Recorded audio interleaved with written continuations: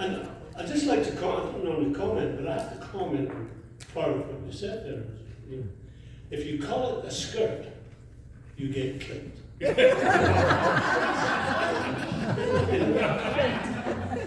that's it, yeah, that's what it is. Now, the next part of the agenda is the final part. It's the part that some say is the most important part. I certainly say it's the most important part because it's my important lady who's going to give the immortal memory to Rob. Thank you.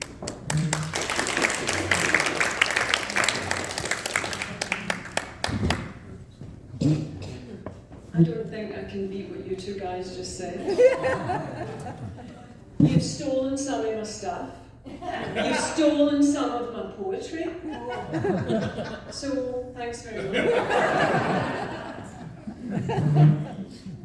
It is fantastic to be here tonight, to be celebrating Robert Burns with everybody. And it's certainly a pleasure to present the Immortal Memory. Robert Burns was born on January the 25th, 1759 in Alloway, Ayrshire, and was the eldest of 7 children. He grew up in poverty and hardship, and the severe manual labour of farm work was to take a toll on his health in later years.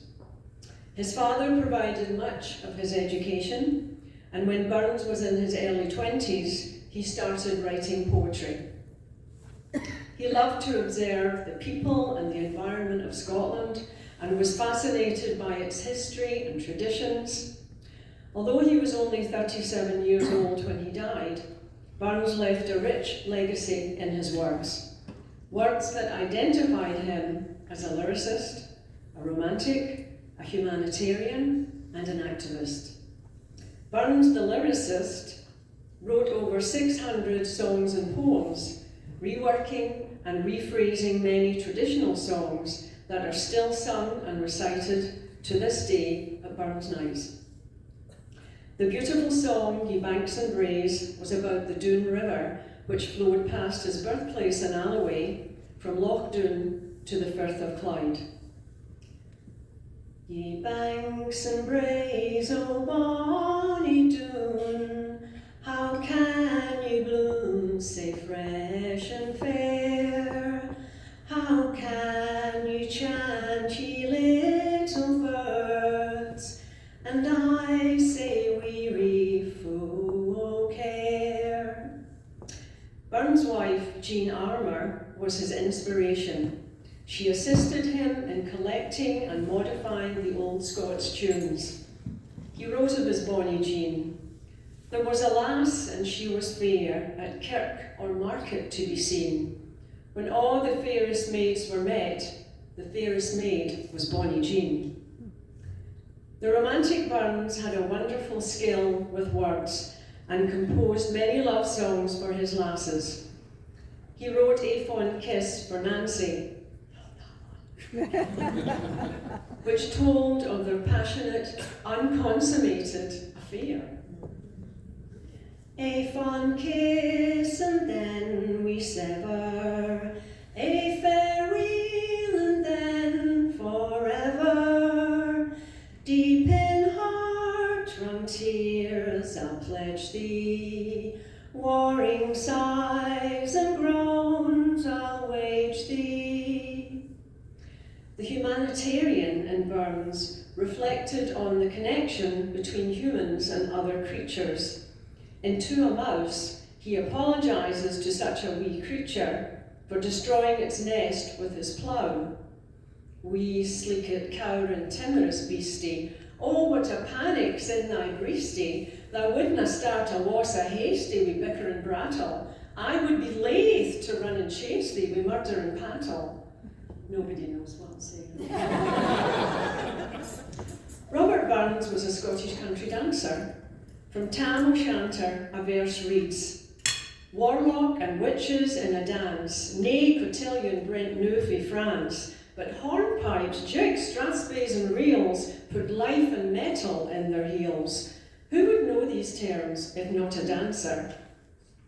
The poem continues, as Tammy glowered, amazed and furious. The mirth and fun grew fast and furious. The piper loud and louder blew. The dancers quick and quicker flew. Sounds like a ceilidh. Clearly, Burns knew about Scottish country dancing. The activist poet openly discussed Republican ideas, and he was thought of as a man ahead of his time. His poem, The Rights of Women, was considered groundbreaking and even shocking for those times.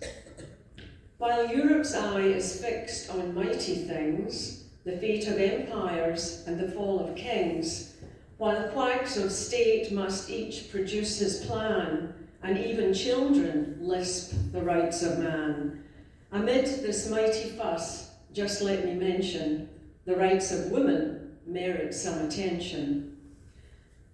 Burns' outspokenness and political views prevented his advancement at work, and this, coupled with serious financial difficulties, led him into a deep depression. A history of heart disease and repeated bouts of rheumatic fever finally took their toll, and Robert Burns died in Dumfries in 1796 at the age of 37 years. Over 200 years after his death, a referendum for a new devolved Scottish Parliament was secured with a 75% yes vote. And in 1999, the new Parliament was opened with Burns' song, A Man's a Man for All That, a fitting tribute to Robert Burns and to the people of Scotland. Burns was also adopted into the fabric of Scotland's national identity with the acclamation of National Bard of Scotland.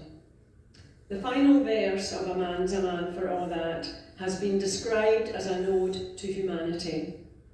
Then let us pray that come it may, as come it will for all that sense and worth o'er all the earth shall bear the gree and all that, for all that and all that it's coming yet for all that man to man the world o'er shall brothers be for all that.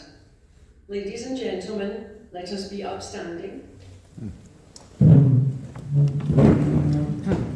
raise our glasses to toast the immortal memory of Robert Burns. Robert Burns. Thank you.